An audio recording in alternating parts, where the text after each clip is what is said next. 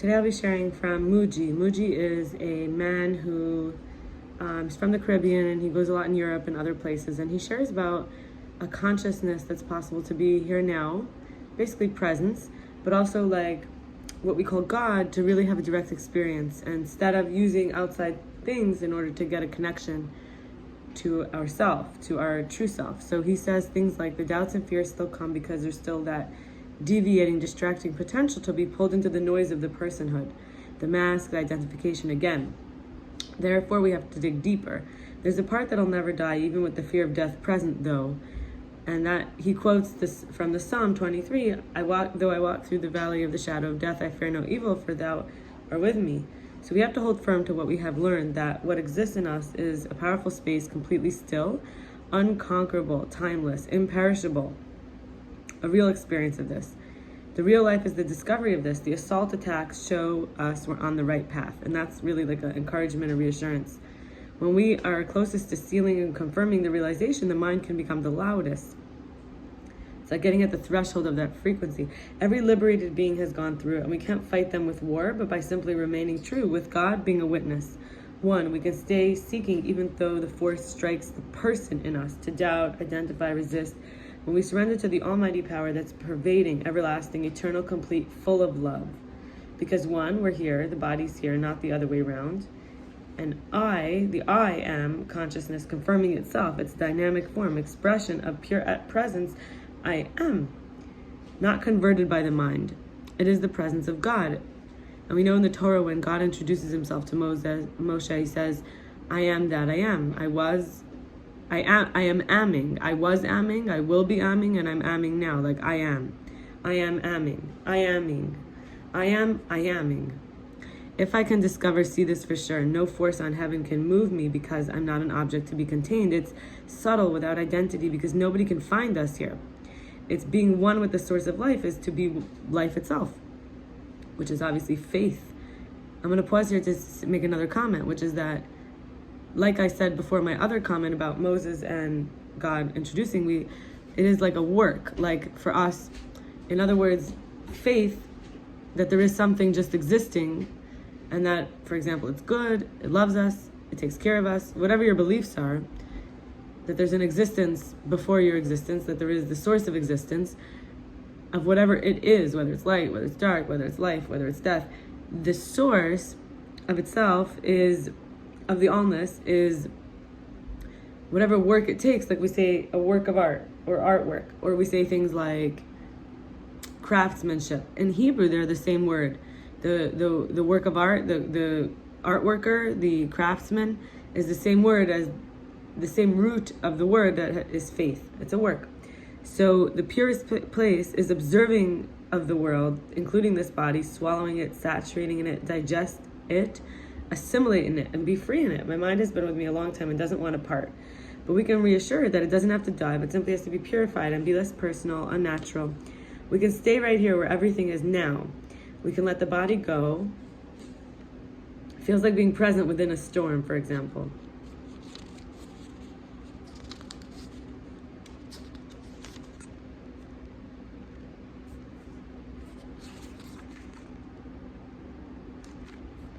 And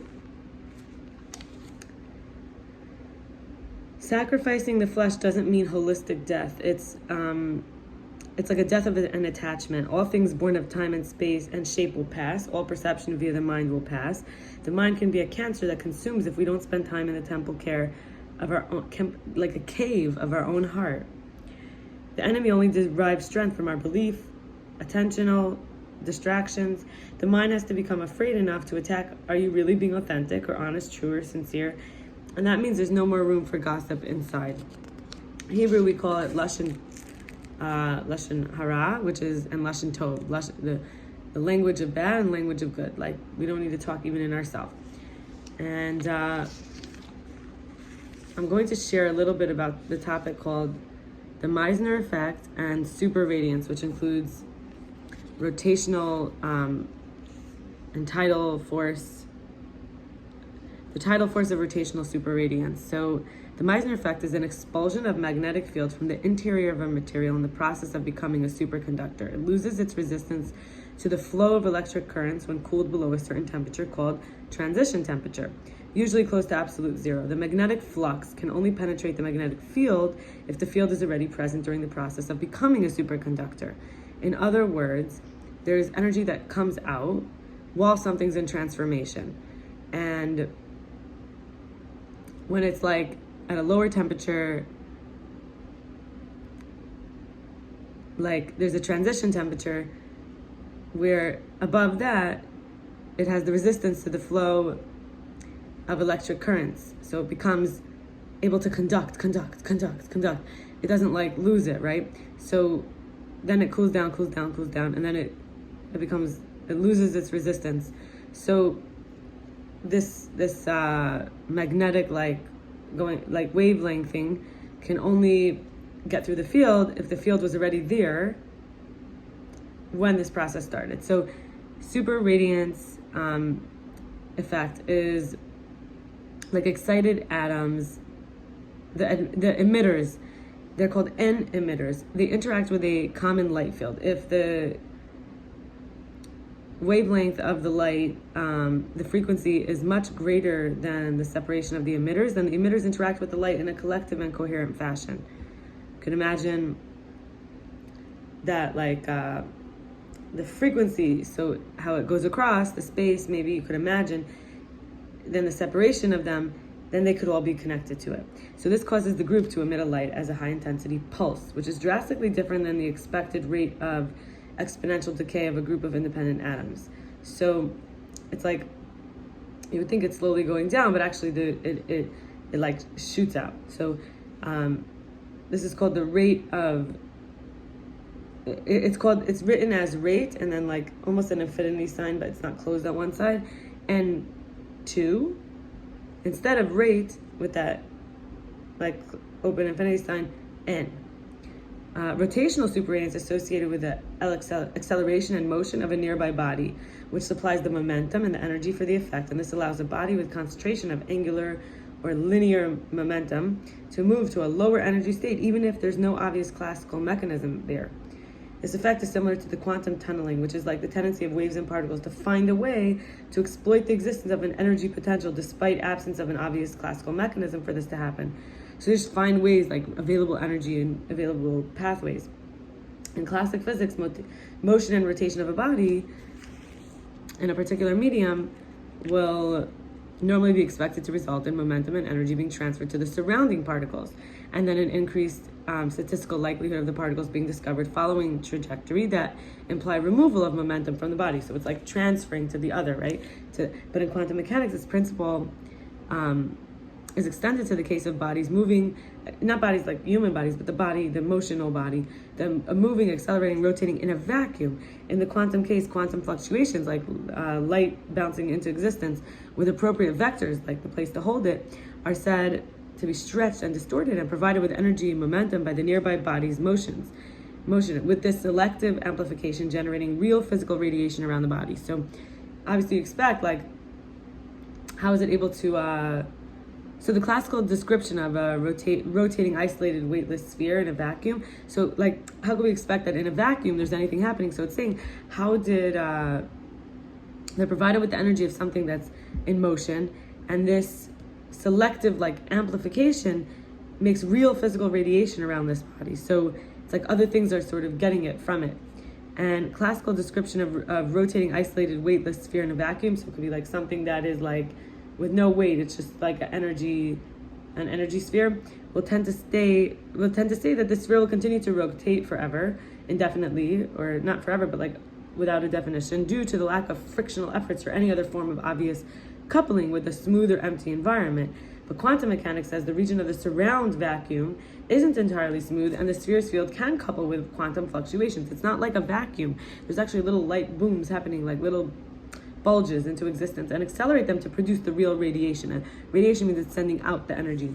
So the hypothetical virtual wavefront with appropriate paths around the body are stimulated and amplified into real physical wavefronts.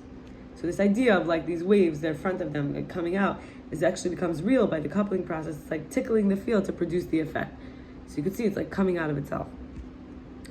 Rotational superradiance is also used for the consequence the field of a effective differential around the body, an effective field differential around the body. So it's a difference, like a battery has negative, positive, but sometimes you could say there's like a small change between. So it has effects.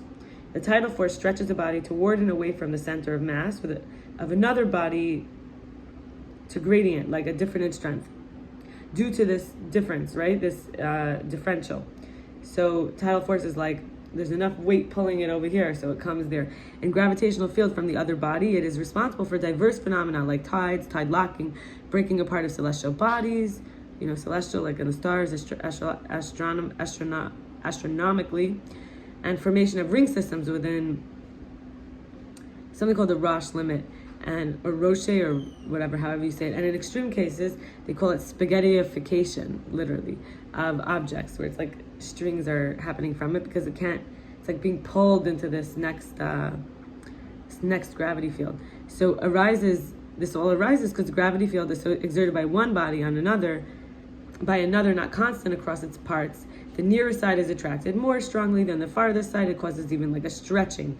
So this side is like being pulled and not the other side as much. So you would call this the tidal force differential force. Or the secondary effect of the gravitational field. It's not like the whole thing is being pulled. In celestial mechanics, again, astronomically, tidal force refers to a situation when the body or material mainly is under gravitational influence of a second body. But also is like perturbed by the gravitational functions of a third body. They're the different. So the difference between the force exerted by the third body on the second body and the force exerted by the third body on the first. In theoretical studies of black holes, so in other words, you have three objects here. So like tidal force in celestial mechanics specifically, the discipline, it's called like how the third affects the second and the first. Okay. In theoretical studies of black holes, the effect is also sometimes described as consequences of the gravitational tidal forces around a strongly gravitating body pulling apart virtual particles, pairs, like the virtual particle pairs that would otherwise quickly annihilate mutually, like into each other, to produce a population of real particles in the region outside the horizon. In other words, where did all this information come from that's causing these little tickles and causing the changes in the atmosphere? So it's not just rotating like without any change. So they're like separating. There's like there's like a yes and a no, and they're together. And then when they're together, it's zero. It's like neutral. But then when they're separate, then you have a yes, then you have a no, then you have something existing or not existing, in breaking out into it. So we say the black hole bombs in an exponentially growing instability within the interaction between a massive bosonic field and a rotating black hole. So, in other words, we would say when people are afraid of a black hole, like something could happen. It's because there's an instability happening in between the rotating sphere, right? This weightless sphere, and tickling its outside. And then also there's a big field, right? So it's like superconductor, the super radiance, like radiating out this glow that happens from this negative space and being affected by this field that has a pull on it, kind of. Or there's like an interaction. Anyway, I'm going to stop here. I hope that this was interesting for you, and I wish you well. Have an amazing Shabbos.